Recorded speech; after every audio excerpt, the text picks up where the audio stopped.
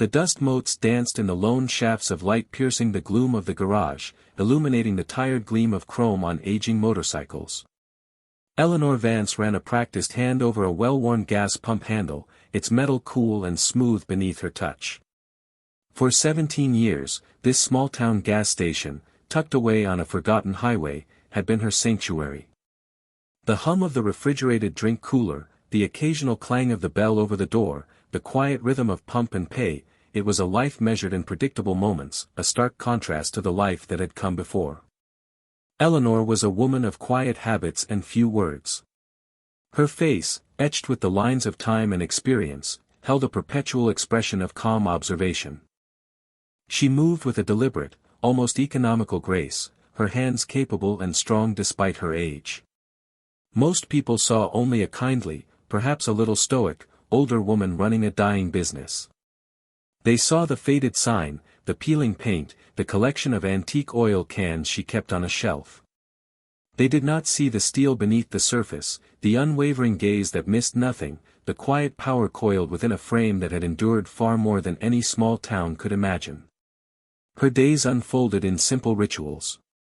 Open up, brew coffee that tasted of battery acid according to passing truckers but was strong enough to strip paint according to the regulars, pump gas, check oil, chat briefly about the weather or the high school football team. It was mundane, peaceful. And peace, for Eleanor, was a precious commodity, hard-won and fiercely guarded. But peace, like the old highway itself, was eroding. A shadow was falling over the town, a shadow cast by the roaring engines and crude laughter of the Steel Vipers Motorcycle Club. They weren't just passing through, they were settling, spreading like a rust stain. First, it was small things, loud parties late into the night, aggressive stares at anyone who drove past their newly established compound on the edge of town, petty vandalism. Then, it escalated. Protection money demanded from the few struggling businesses still operating downtown. Intimidation tactics, roughing up anyone who dared refuse or even complain. The local sheriff, an amiable man named Brody who was more used to dealing with speeding tickets and minor domestic disputes, seemed overwhelmed, outmanned, and frankly, scared. A pall of fear settled over the town, thick and suffocating. Customers at the gas station grew quieter, their eyes darting nervously towards the highway. Eleanor watched, her calm demeanor a mask over a growing disquiet. She had seen fear before, known its chilling touch intimately. And she knew what happened when good people let bad people go unchallenged.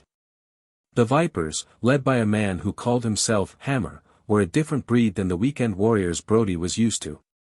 Hammer was a brute, all muscle and menace, with eyes that promised pain and enjoyed delivering it. His lieutenants, men like Shiv and Tank, were equally unpleasant, radiating a casual cruelty that sickened Eleanor. They saw the town as ripe for the picking, weak and leaderless. They saw Eleanor Vance as just another old woman, easy to dismiss. Their mistake. Their fatal, foolish mistake. The first direct confrontation came on a sweltering Tuesday afternoon. 3 Vipers, led by Shiv, pulled into the gas station on their gleaming, obnoxious bikes. Their loud engines shattered the quiet afternoon air. They didn't come for gas. Shiv, a lanky man with a cruel grin and a bandana covering greasy hair, sauntered towards Eleanor, who was wiping down the counter inside. His companions fanned out near the pumps, looking bored and aggressive. "Hey, old-timer," Shiv sneered, leaning against the counter. "Heard you got a little business here. Must be doing all right." Eleanor met his gaze, her eyes calm, unreadable. "Just getting by," she said, her voice low and steady. "Getting by ain't enough for us," Shiv chuckled, flicking a switchblade open and shut idly. The metallic click echoed in the small space. "Hammer figures folks around here owe us. For, you know, keeping things quiet." "Things were quiet before you came," Eleanor stated, her voice flat. Shiv's grin widened, showing yellowed teeth. "Nah, lady, that was just boring. We make it exciting. Now, let's talk about your weekly contribution." He named a figure, exorbitant for a place like hers. Eleanor didn't react. She simply placed the damp rag on the counter. I don't pay protection money. Shiv's eyes narrowed. Oh, you don't? And why the hell not? Because, Eleanor said, pushing herself away from the counter, her posture straightening almost imperceptibly. I don't need protection. Shiv stared at her for a beat, then threw back his head and laughed, a harsh, braying sound. His companions outside joined in, their laughter loud and mocking. Listen to this, boys. The old lady says she doesn't need protection. What you gonna do, Grandma? Knit me a scarf. He lunged across the counter, faster than his earlier swagger suggested, reaching for her. His intention was clear: grab her, intimidate her, maybe rough her up a little to make his point. But Eleanor Vance was already moving. In a blur of motion that defied her age, her hand shot out, not to block, but to redirect. She didn't grab his arm, she twisted his wrist as he reached, using his own momentum against him. A sharp, sickening crack echoed in the silence that followed the laughter. Shiv cried out, stumbling back, clutching his obviously broken wrist, his face contorted in pain and shock. The laughter outside died instantly. Eleanor didn't stop. As Shiv recoiled, she stepped around the counter with surprising speed. The other two vipers were rushing towards the door, alerted by Shiv's scream. One, a hulking brute named Grit, reached the doorway first. He roared, swinging a ham-sized fist. Eleanor didn't block the punch. She wasn't there. She ducked low, slipping inside his guard, and delivered a short, vicious strike to his diaphragm. Grit gasped, his eyes widening in disbelief, the air knocked completely out of him. As he doubled over, she chopped the edge of her hand down on the back of his neck. He crumpled to the floor like a sack of potatoes, unconscious before he hit the ground. The third viper hesitated, seeing his companions fall so quickly to this unassuming woman. Fear flickered in his eyes. He fumbled for something in his jacket. Eleanor didn't give him the chance. She picked up the metal mop bucket near the door, heavy, filled with dirty water, and swung it like a club. It connected with the viper's head with a resonant clang. He staggered, dropped whatever he was reaching for, and fell backward onto the concrete outside with a groan. Total elapsed time, maybe 15 seconds. Shiv, still howling and cradling his wrist, stumbled out after her, staring at the scene, his eyes wide with disbelief and rage. You crazy old. You broke my arm. Eleanor stood over the downed vipers, the mop bucket dripping beside her. She didn't look winded. Her breathing was even. Her gaze was steady, cold.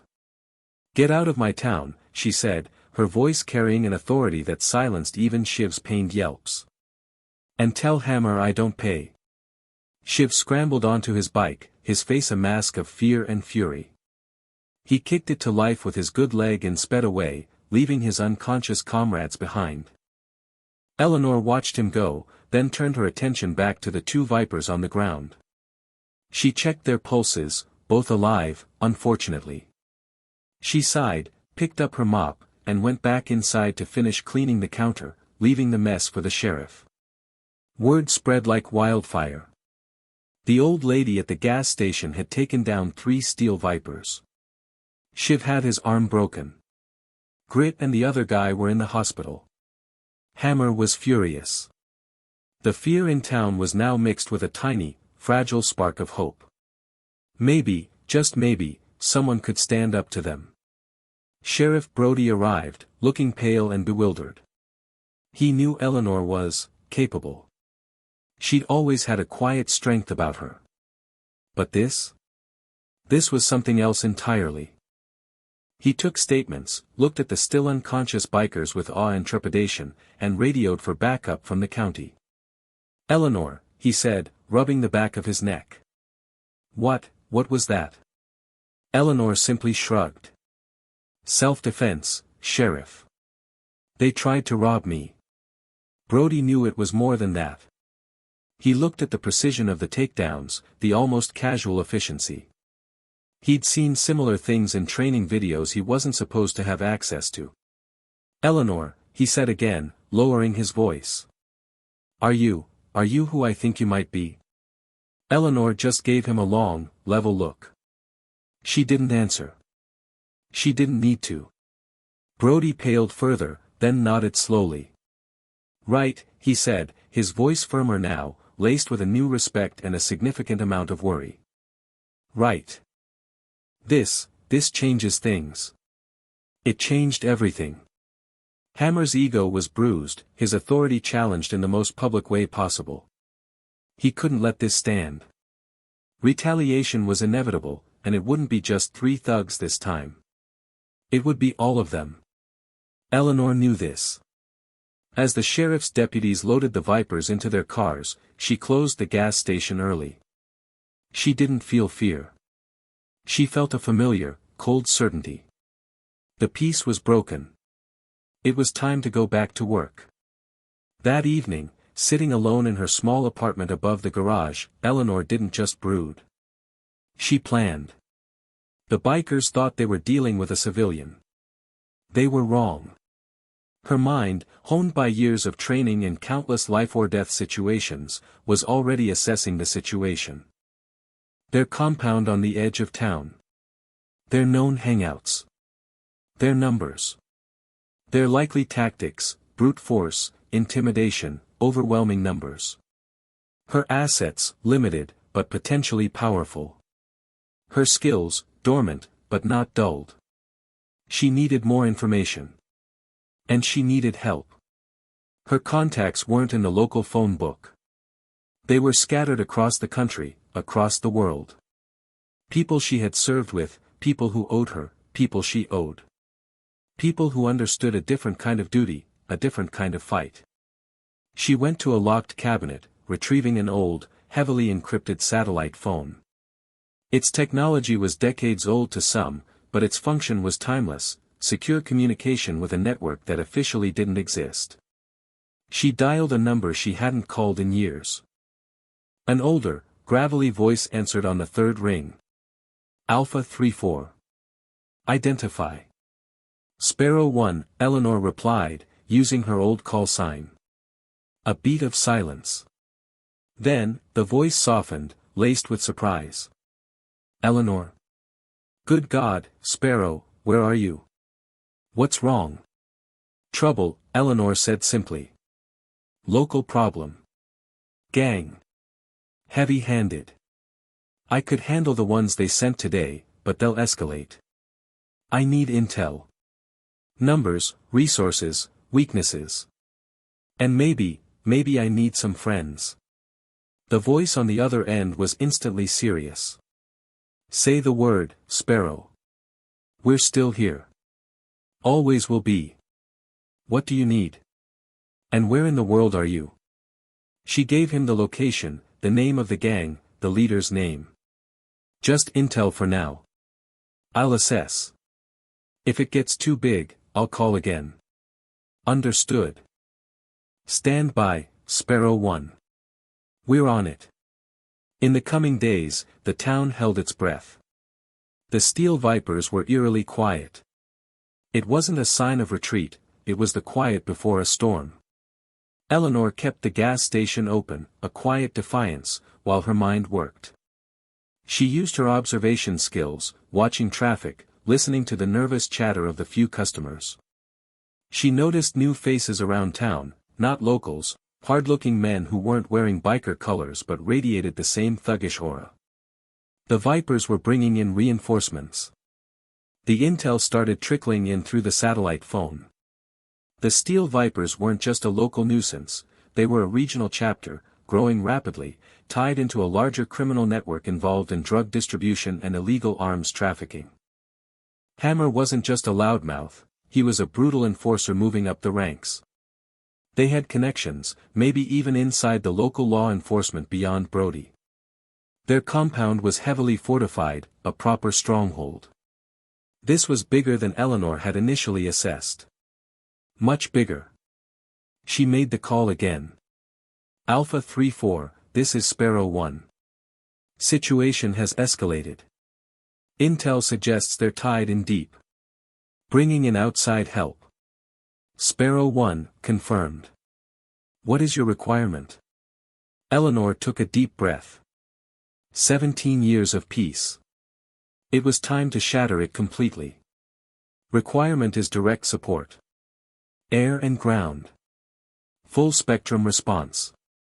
Another pause on the line.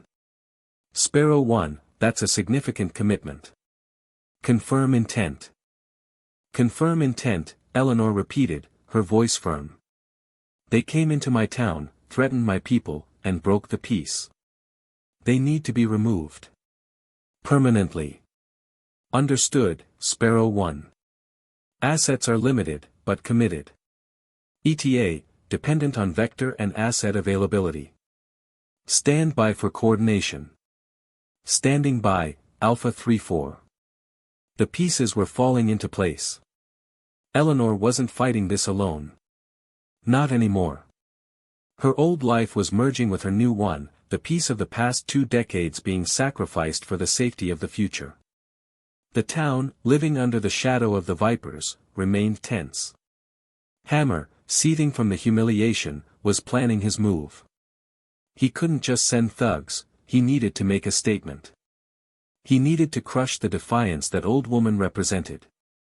His retaliation was brutal and swift. One night, the local diner, a beloved institution run by a family who refused to pay protection, went up in flames. Arson, clearly. The next day, the small grocery store was vandalized, windows smashed, stock ruined. It was a show of force, designed to terrorize the town into submission. Fear spiked again, threatening to extinguish the fragile hope Eleanor had ignited. Sheriff Brody was stretched thin, trying to investigate the crimes while also patrolling the perimeter of the Viper compound, knowing he was outgunned. Eleanor visited the burnt-out diner. The owner, a woman named Martha, sat on an overturned chair outside, weeping quietly, her husband trying to comfort her. Other townspeople stood by, offering condolences but looking helpless. Eleanor knelt beside Martha. "I am so sorry, Martha." Martha looked up, her eyes red-rimmed. "Why, Eleanor? Why are they doing this? We never hurt anyone."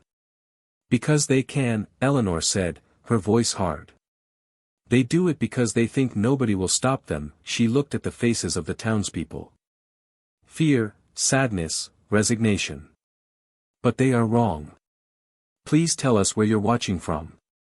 Hearing about these stories from around the world means the absolute world to us. Also, telling and preparing this story took us a lot of time. If you are enjoying it, subscribe to our channel. We have special story for you tomorrow too." Eleanor stood up. "Martha, we will rebuild this. The town will help." She looked at the others. "They want us to be afraid. They want us to scatter. We won't." Her voice wasn't loud, but it cut through the mournful silence. "We stand together now. This isn't about protection money anymore. This is about our home." A hesitant nod from one man, then another. Martha looked at Eleanor, a flicker of resolve replacing the despair in her eyes. The spark wasn't out. The intel continued to flow. Hammer was bringing in more bikers, heavier weapons. They were preparing for a major assault, likely targeting Eleanor and the few people who had shown defiance. The compound was the heart of their operation, the storage site for drugs and weapons. Taking them out would cripple the regional network. Eleanor met with Sheriff Brody in the back room of the gas station late one night. He looked exhausted. "The feds are coming, Eleanor," Brody said quietly. "They got wind of the network connections. But their day's out. These Vipers, they're going to hit hard before then. They know we're weak." "They think you're weak," Eleanor corrected. "They underestimate this town. They underestimate me." She spread a map of the town and surrounding area on the counter. Her fingers traced routes, identified choke points, marked locations. Brody watched, fascinated, as the unassuming gas station owner outlined a tactical plan with the precision of a military strategist. "Their compound is too strong for a direct assault with your resources," Eleanor explained. "And they'll expect it. We need to draw them out. Get them away from their fortifications." "How?" Brody asked. "We hit their supply line," Eleanor said, tapping a point on the highway several miles out. "Intel says their next shipment is due in 2 nights. It's a major one. Drugs, guns. If that shipment disappears, Hammer will lose his mind. He'll think someone in town stole it. He'll bring his main force to find it, or to punish us." "But that's a trap for us," Brody said, frowning. "It is," Eleanor agreed. "A controlled trap. We choose the ground. We choose the time. We wait for them." The plan was audacious, risky. Eleanor and her allies would intercept the shipment, not to keep it, but to make it disappear. Then, they would prepare for Hammer's inevitable, enraged response. Eleanor didn't just have contacts for intel and air support. She had contacts for capable people. Over the next day, they started arriving, quietly, unobtrusively. An old man in a beat-up pickup truck who could bypass any security system. A woman who looked like she belonged at a gardening club meeting but moved with predatory grace. A couple who arrived on motorcycles, their bikes gleaming but their eyes sharp and watchful. Veterans, all of them, called by Sparrow 1. They gathered at the gas station after hours. Introductions were brief, nods of recognition between kindred spirits who hadn't seen each other in years but understood the unspoken bond of shared purpose and past danger. Eleanor introduced them to Sheriff Brody, who stared at this collection of seemingly ordinary people with extraordinary presence. "Sheriff," Eleanor said, addressing her team. "This is Brody. He's with us." Brody nodded, still slightly stunned. "Ma'am. Eleanor. Whatever this is, thank you. They came to our town, Sheriff," Eleanor said. "They chose the fight. Now we finish it." The night of the shipment interception was tense. Eleanor, the systems expert, the old man named Ghost, and the scout, the woman, Phantom, positioned themselves near the highway rendezvous point. The bikers transporting the shipment were professionals, but they weren't expecting a highly trained, invisible force. Ghost disabled their communication and vehicle trackers without them ever knowing. Phantom observed their movements, relaying positions with quiet efficiency. When the time was right, Eleanor moved. She didn't engage in a shootout. That wasn't the plan. Using the darkness and terrain to her advantage, she incapacitated the bikers quickly and silently, a chokehold here, a precise strike there. They weren't killed, just rendered unconscious or unable to fight. The shipment truck was secured. Ghost went to work, hotwiring it and bypassing security systems.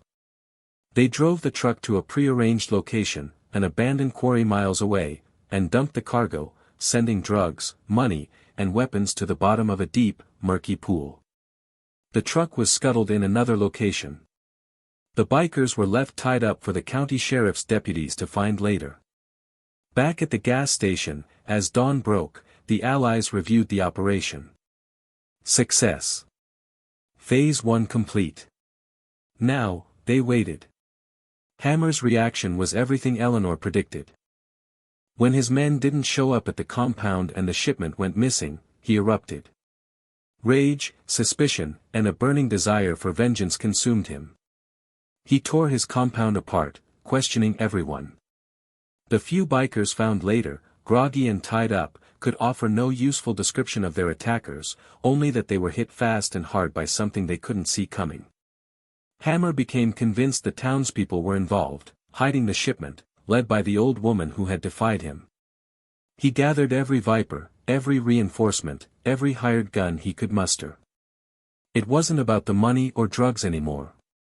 It was personal. It was about showing everyone that the Steel Vipers could not be challenged. He announced his intentions with crude graffiti spray painted on the few undamaged buildings downtown. Hammer is coming. Payback is hell.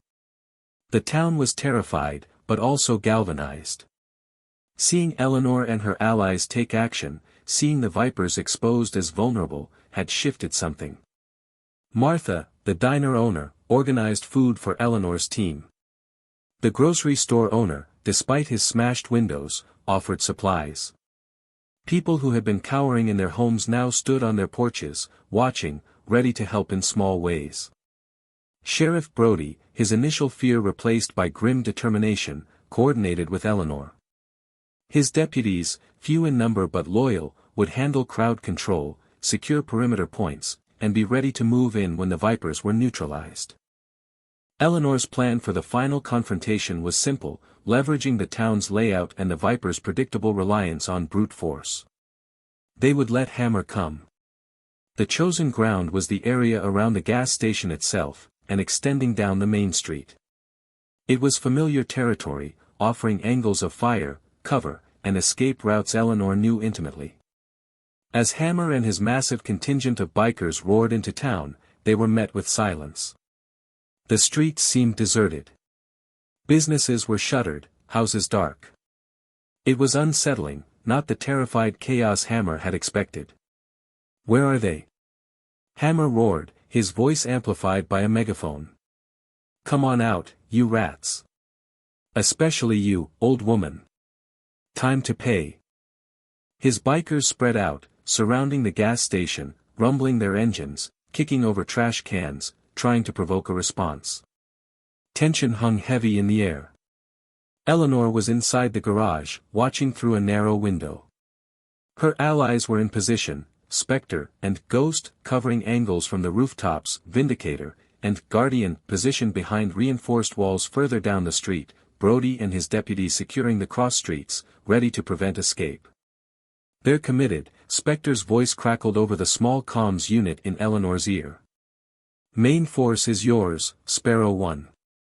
"Acknowledged," Eleanor replied calmly. "Wait for my signal." Hammer grew impatient. He saw no resistance, just empty buildings. "All right," he yelled.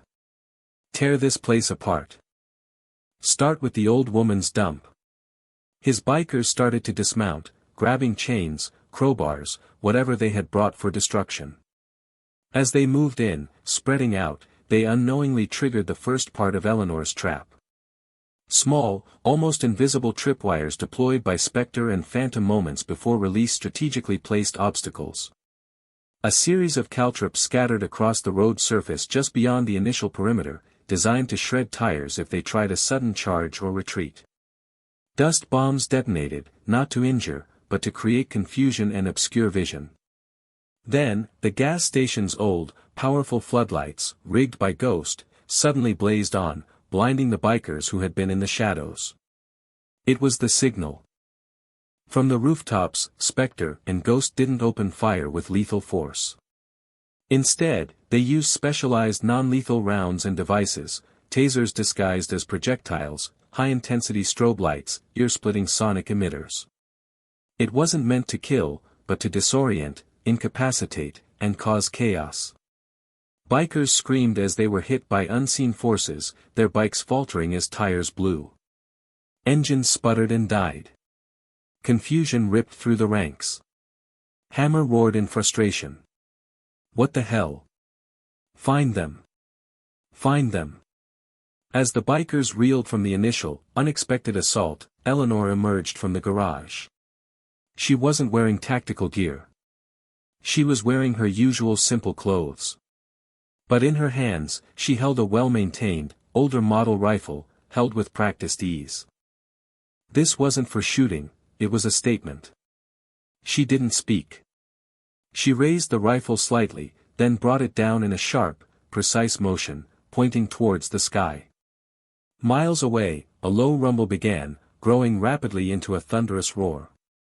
The sound of rotary blades filled the air, growing louder, closer.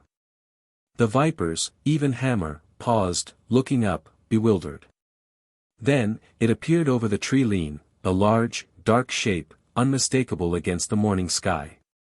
A Black Hawk helicopter, sleek and formidable, bearing no military markings but radiating undeniable authority. It hovered above the town, its downdraft whipping dust and debris, scattering the nearest bikers. From its open doors, figures rappelled down quickly and efficiently, more of Eleanor's allies, clad in dark, functional gear, armed and ready. Reinforcements. Hammer yelled, panicked. Where the hell did she get reinforcements? What is that thing? He didn't know. He couldn't comprehend the level of connections Eleanor Vance possessed. The Black Hawk wasn't just transportation, it was a symbol of her past, the power she could still command. It was a delivery system for highly skilled operators who had faced worse than a biker gang. The final confrontation began in earnest. Eleanor and her initial team engaged the disoriented Vipers on the ground. This wasn't a chaotic brawl, it was a controlled, tactical engagement. Eleanor moved with fluid precision, using hand-to-hand techniques to disable anyone who got too close. Spectre and Ghost provided covering fire and perimeter control from above. Vindicator and Guardian blocked escape routes down the street, dealing with smaller groups trying to flee. The reinforcements from the Black Hawk secured key positions, cutting off Hammer's main force and preventing escape back to the compound. They moved with military efficiency, overwhelming the Viper's disorganized resistance. Hammer, seeing his forces collapsing around him, roared in fury. He spotted Eleanor standing near the gas pumps, calm amidst the chaos, issuing quiet commands into her comms unit. "You!" Hammer screamed, pointing at her. "This is your fault. I'm gonna kill you." He charged her, pure brute force fueled by rage. Eleanor waited, her gaze unwavering. She wasn't afraid. This was familiar. This was the moment the Alpha charged, thinking strength was enough. As Hammer closed in, Eleanor didn't back down. She stepped inside his wild swing, using her body weight and leverage honed by years of combat training. It wasn't about matching his strength, it was about superior technique. She deflected his punch, spun, and used his own momentum to throw him hard against the side of the gas station building. He hit with a grunt, the air leaving him. Before he could recover, Eleanor was on him.